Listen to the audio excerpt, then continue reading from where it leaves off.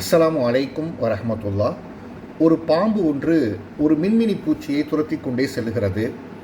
எப்படியாவது இந்த பாம்பிடமிருந்து தப்பிக்க வேண்டும் என வேக வேகமாக பறந்து சென்ற அந்த மின்மினி பூச்சி திடீரென்று திரும்பி நின்று அந்த பாம்பிடத்திலே சொன்னது, நான் ஒரு 3 கேள்வியை கேட்குறேன், அந்த 3 கேள்விக்கும் நீங்கள் எனக்கு பதில் சொல்லுங்கள், அதற்கு பிறகு நீங்கள் என்னைய சாப்பிட்றலாம், நான் உங்களுக்கு உணவாக மாறிடுறேன்.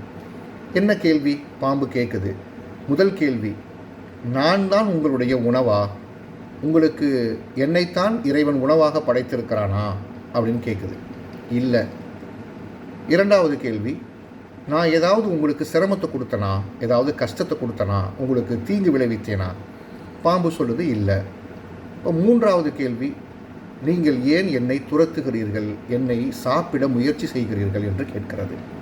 பாம்பு சொன்னது, நீ எனக்கு இறையும் இல்லை, உணவும் இல்லை, நீ எனக்கு எந்த தீங்கும் செய்யவும் இல்லை, ஆனால் நீ மின்னிக்கொண்டே இருக்கிறாய், ஒளிரிக்கொண்டே இருக்கிறாய், ஒளி வீசிக்கொண்டே இருக்கிறாய், அதை என்னால் பொறுக்க முடியவில்லை, எனவே உன்னை கொல்ல நான் தீர்மானித்து விட்டேன் என்று அந்த பாம்பு மின்மினி பூச்சியிடம் சொன்னது. இதுபோலத்தான் நம்மளுடைய வாழ்க்கையில் நாம் மிளிரத் துவங்கினால், நாம் வாழ்க்கையில் அடுத்த கட்டத்திற்கு நகரத் துவங்கினால் நிறைய நபர்களுக்கு பிடிக்காது.